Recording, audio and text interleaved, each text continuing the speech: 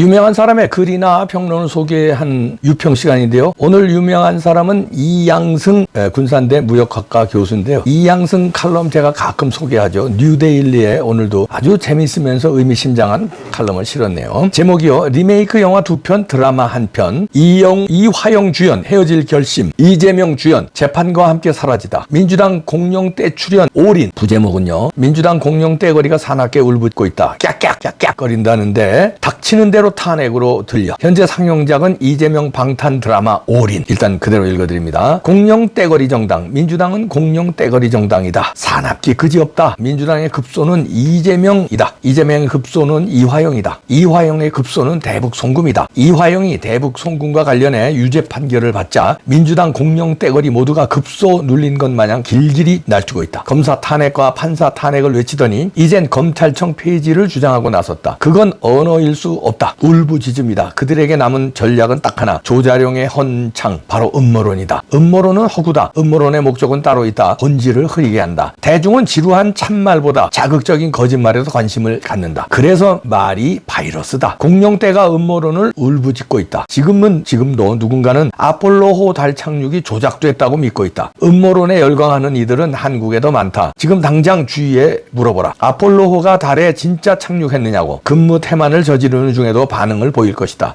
달 착륙이 조작된 게 아니고 달 착륙 미스터리가 조작된 것이다. 음모론은 누가 퍼뜨렸을까? 달에 관한 정보를 감추고 싶은 쪽일 수도 있다. 지금도 지구인들은 달 구성 물질과 광물보다 달 뒷면 외계인 기지에 더 큰 관심을 쏟고 있다. 동해 유전 논란도 비슷하다. 음모론만 번지는 중이다. 음모론은 코미디다. 이재명과 거대 정당 민주당은 민주주의를 파괴하고 사법 시스템을 흔드는 중이다. 무엇이 맞고 무엇이 틀렸는지 입증하면 된다. 이화영은 유죄 판결을 받기 전에 이미 음모론을 한번 써먹었다. 이른바 연어 술판 검찰이 회육 음모론이었다. 하지만 재판부는 이화영의 진술에 신빙성을 두지 않았다. 게임 이론에선 말보다 행동을 보고 신빙성을 파악한다. 예를 들어 노름을 끊겠다고 선언한 노름꾼이 화투를 벌이지 않고 있다면 그 노름꾼의 선언은 신빙성이 없다고 본다. 노름을 진짜 끊을 요량이라면 화투를 갖고 있을 유인이 없기 때문이다. 검찰 회유도 마찬가지다. 만약 검찰이 회유를 시도했다가 이화영이 그 회유 증거를 확보해 거대 야당에 넘겼다면 검찰은 어떻게 할까? 이화영을 회유할 유인은 검찰 쪽이 아니라 민주당 쪽에 있다. 권력욕 때문이다. 공룡떼 거느린 이재명과 민주당은 이화영 유죄 판결에 대해 다시 음모론을 짚히는 중이다. 법원에서 대북송금 목적을 달리 판단했다는 게 음모론의 요지다. 지난해 5월 안부수 아태협 회장 1심 판결에서 수원지법 재판부는 쌍방울의 대북송금 목적을 주가 상승이라고 판단했는데 같은 법원 다른 재판부는 이재명 지사 방북 사례금으로 판단했다는 것이다. 이재명은 국정원 기밀 보고서를 들먹이며 쌍방울이 주가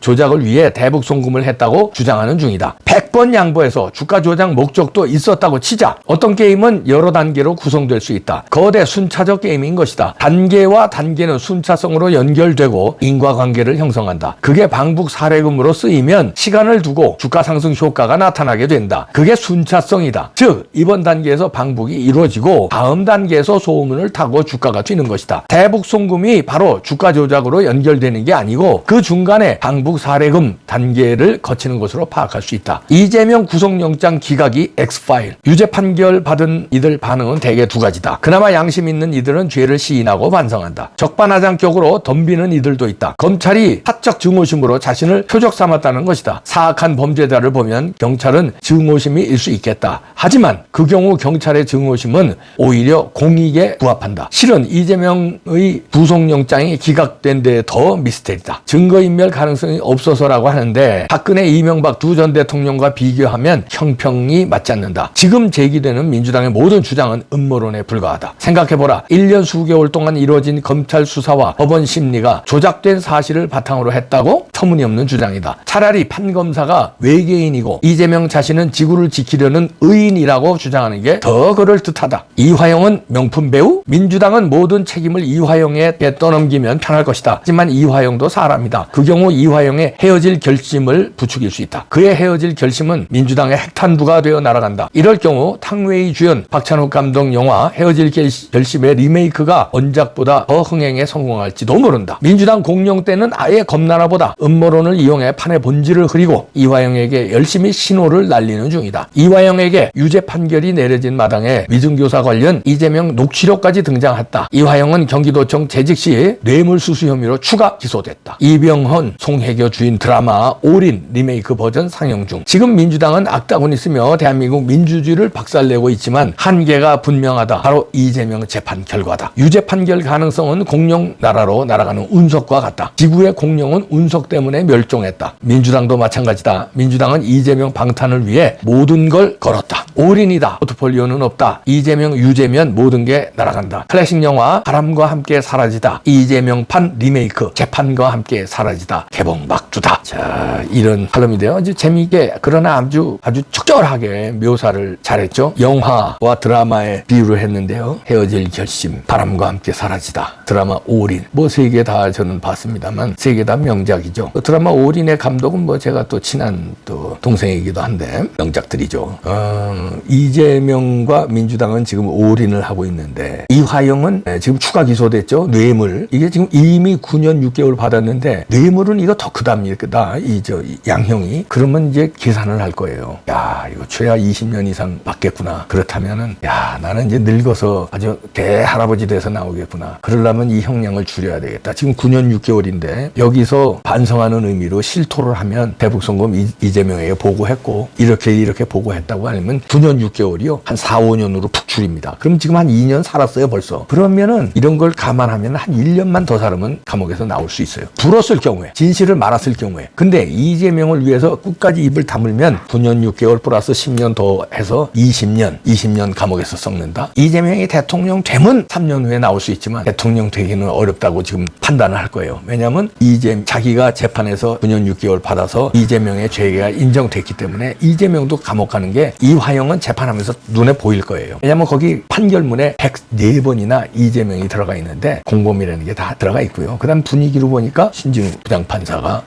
제대로 재판하거든요. 그런데 이재명도 이번에 신진우 부장판사한테 걸렸네. 그럼 이재명 못 빠져나간다는 거를 재판 받아본 이화영은 알죠. 그러면 탕웨이 헤어질 결심을 하죠. 그러면 어떻게 됩니까? 민주당 공룡 때 출연해 올인했는데 이화영이 헤어질 결심을 하면 이재명은 재판에서 날아간다. 대권도 날아가고 정치도 날아가고 본인은 살아생전에 아마 못 나올 수 있다. 지가 대통령 돼야 나머지 게 다 나오는데 지가 감옥 가서 무기징역이나 한 40년 받으면 못 나오는 거죠. 그러면 재판과 함께 모든 게 날아간 정치 생명, 대선, 이재명의 인생, 그 다음에 이 부하들, 민주당의 세력 모든 게 다 날아간다. 해딸 다 날아가죠. 바람과 함께 크라크 케이블이 나중에 그 마지막 장면에서 사라지죠. 비비안 리가 일생을 애슐리를 거기서 사랑을 했는데 나중에 크라크 케이블의 사랑이 진심이라는 걸 깨달아요. 그리고 자기도 마음이 움직입니다. 마지막에 가서. 그런데 그때는 이미 늦었습니다. 크라크 케이블은 바람과 함께 사라집니다. 그러니까 모든 게 날아간 거죠. 자기의 착오로 일생을 애슐리만 사랑했는데 다 날아갑니다. 이재명을 믿은 이화영, 헤어진 결심함은